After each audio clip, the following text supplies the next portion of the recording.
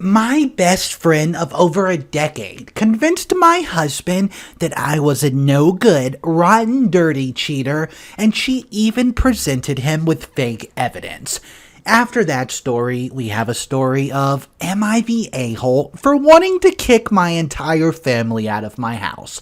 Guys, my name's Mr. Reddito. I hope everyone's having an amazing day. If you don't know who I am, I present stories daily.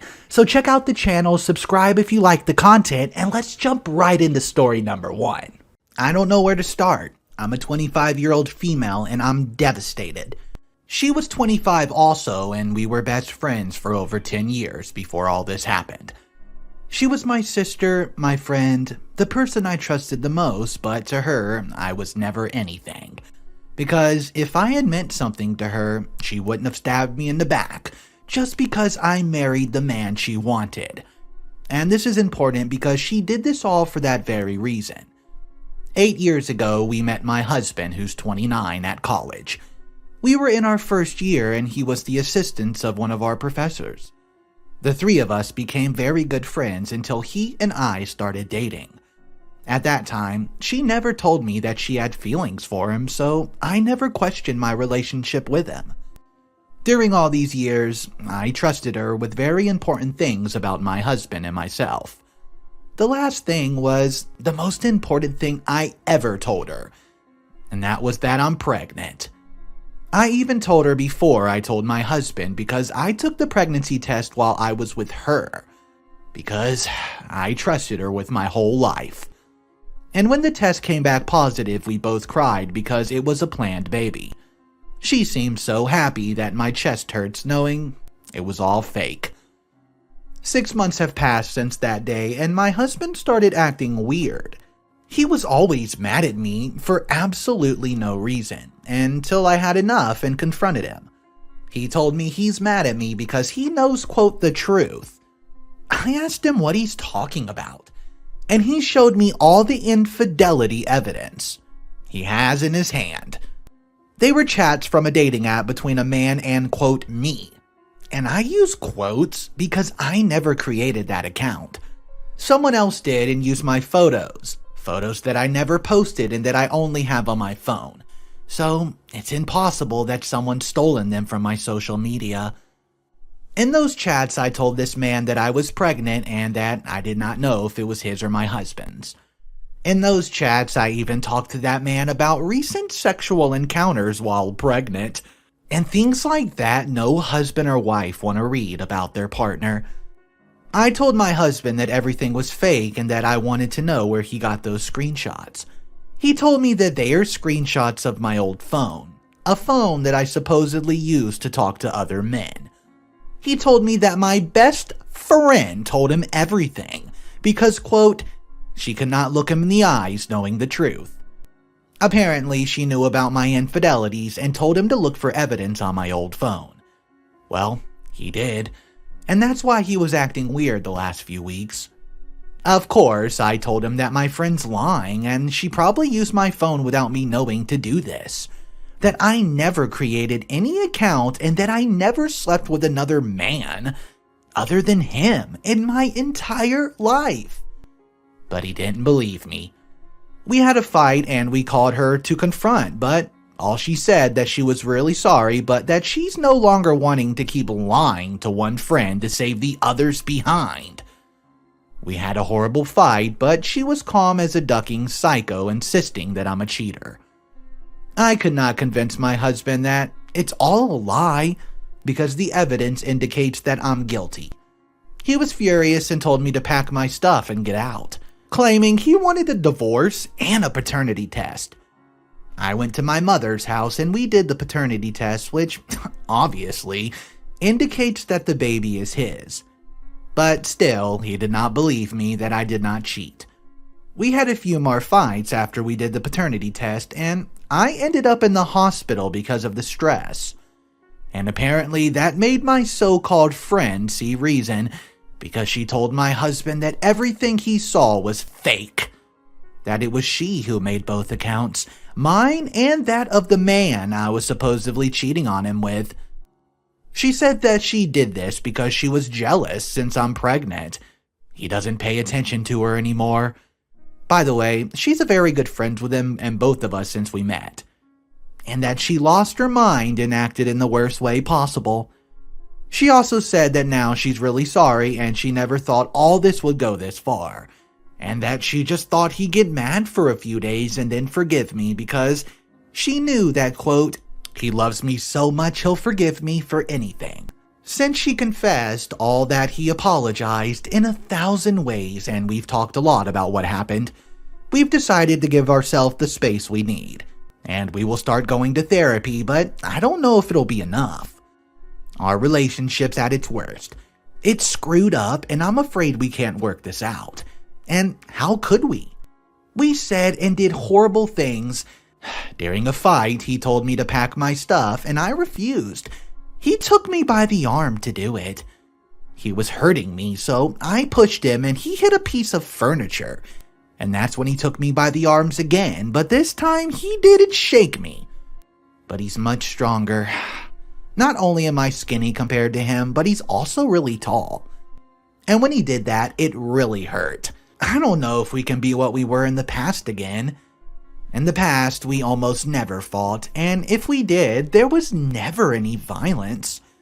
How can we fix this other than therapy? Update. Thank you all for the messages you sent me and the comments you left on my first post. I really appreciate it. Things gotten a lot better since then. We talked to my now ex-friend, and she admitted to using my old phone to create that fake profile. And also to message, quote, the other man. And I use quotes because that man never existed, it was her. She used that phone when she came to my house every day since we had a business together. She knew where the phone was, and she always knew that no one ever used it, and she had everything perfectly planned out. Which is scary because she really needs help. I mean, with all this, it's more than clear she's a psychopath and needs help. She said all the things she did, and she even told my husband that she drove me to, quote, meet that man so many times. And she told him that I made her pay with her card for the hotel where I met the man. And the truth is that I was never in any of those hotels, but all of that was right there. It looked real, so of course he believed her. She's been my friend for many years, but she's also been friends with him for over 8 years. So we trusted her, and we never thought she would do something like that. And when she started telling all those lies, it sounded real. In fact, the message and everything looked so real, and I understand why my husband believed it. And if it had been the other way around, maybe I would have believed it too. On the other hand, my husband and I are still trying to cope with all this. After that violent episode, things got really hard between us. It's not easy to save a marriage once violence is involved, but we're trying. I came back home for now, and things are fine, but sometimes it's really warm here, and I wear t-shirts and he doesn't even want to look at me, because I still have the bruises from his hands on my arms. And they don't look too bad now, but they're still there after almost 2 months of that episode. I'm guessing they'll take a while to go away since I'm a very pale person and my skin is so sensitive.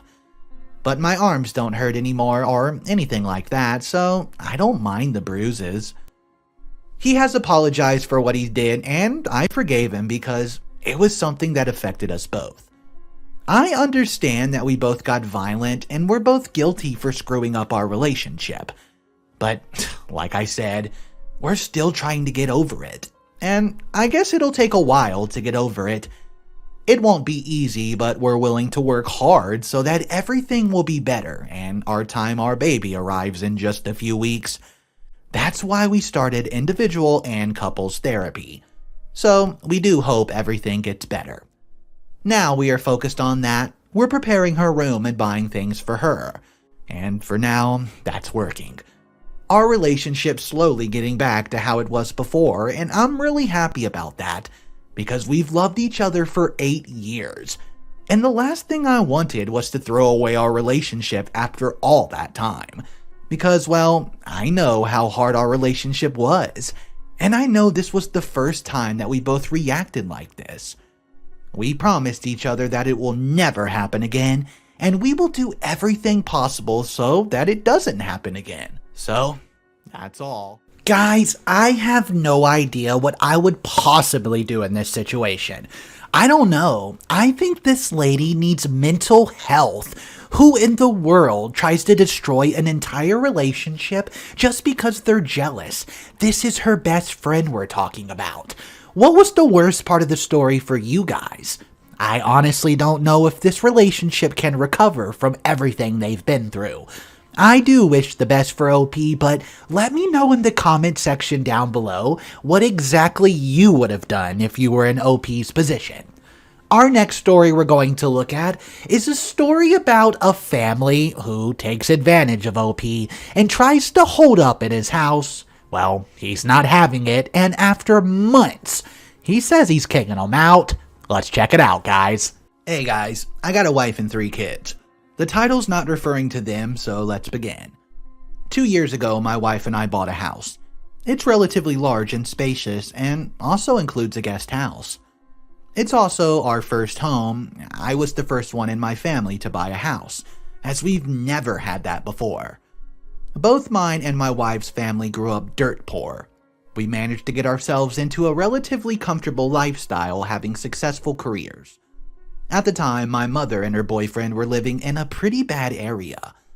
Just months before we moved, they had a kid gunned down right in front of their apartment. So, I told my mom I'd get her out of there as soon as I was able to. We got the house and moved her into the guest house immediately. After crunching the numbers on bills, we settled at $1,200 a month flat rate for her and her boyfriend to stay with us, which overall is cheaper than their old apartment.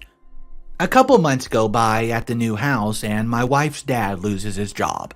Well, we had a spare bedroom and moved him in with us free of charge so he could get on his feet.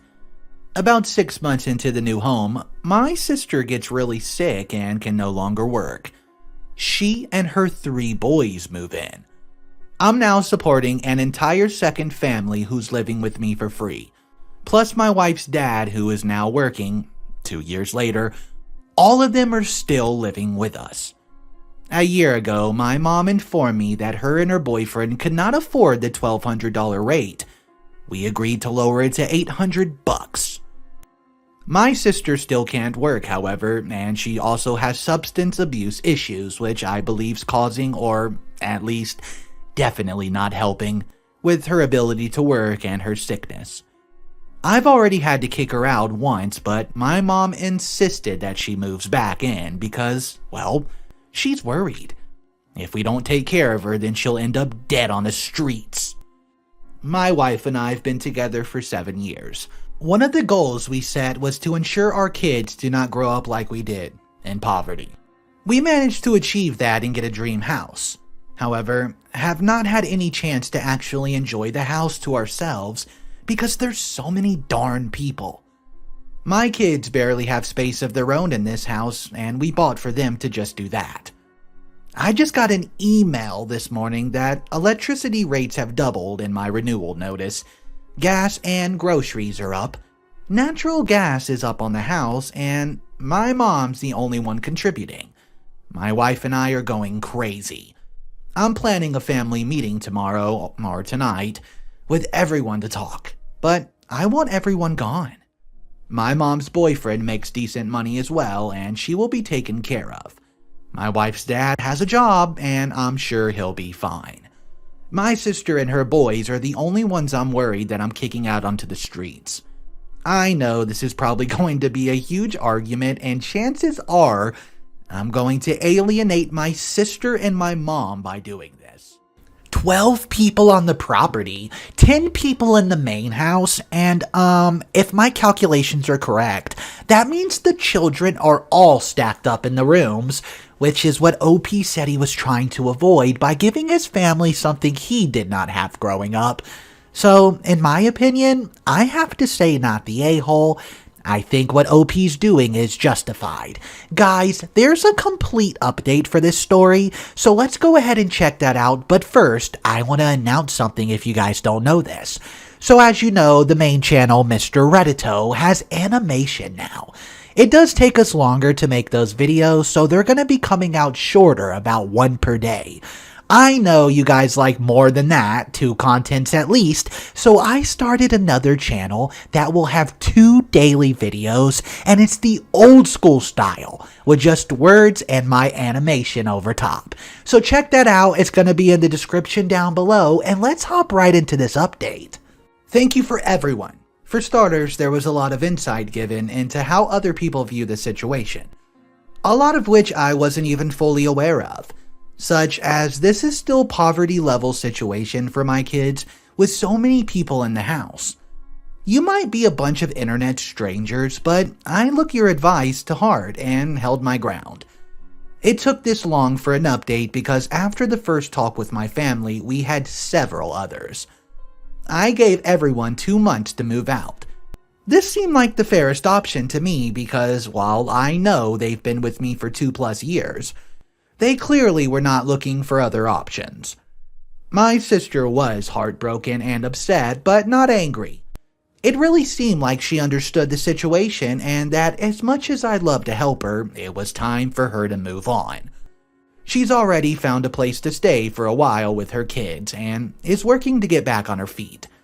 She's getting the rest of her stuff out this weekend. My father-in-law was honestly surprised. I guess he wasn't expecting this to happen, even though from the get-go we've been telling him this is not a permanent situation. I haven't seen much of him this last week and he did not have much to add to the convo. During the meeting, he said he would have been fine giving us some money while he was staying here. But I told him he never offered and I never forced him. It was just expected that he was saving up to get a place. I told him to save his money for the move and that he will have up to 2 months like everyone else. My mom and her boyfriend are a bit of a different story. I brought them with me to the house to get them out of an already bad situation. The house has a guest house, which is where they stay at. We came to an agreement that she can continue staying in the guest house, but we will have to contribute more to the household with bills going up. The guest house is completely separated from the main house, and they're not encroaching on my kids' space. Another agreement that we made is that my sister absolutely cannot stay here regardless of situation. If she needs financial help to find a place or for her medicine, we will help out from time to time. It also cannot be so much that she comes to depend on us. But if we were a life or death situation, then we would obviously do the right thing there. This may not have been the ending you were all hoping for, but this works for my family, my wife, and my kids. I really do appreciate all your insights and advice as it helped me stand firm with my family and finally do something. We already feel a sense of relief and are excited to finally get the house to ourselves. Thank you, everybody. I'm so excited the story ended like that. I think OP deserves to have his space, and what he did's not wrong. I'm glad everyone decided, yeah, we are taking advantage of him. And I do think it's cool he let those people stay in the guest house, since it is separate from the main house and they're paying rent. What do you guys think of this update? I hope you enjoyed all the content I have for you today. That's going to be all the stories, but make sure you subscribe to the channel and check out my Instagram channel I just created. You can find all these links in the description below. I hope everyone has an amazing night, and Mr. Reddito will catch you in the next one.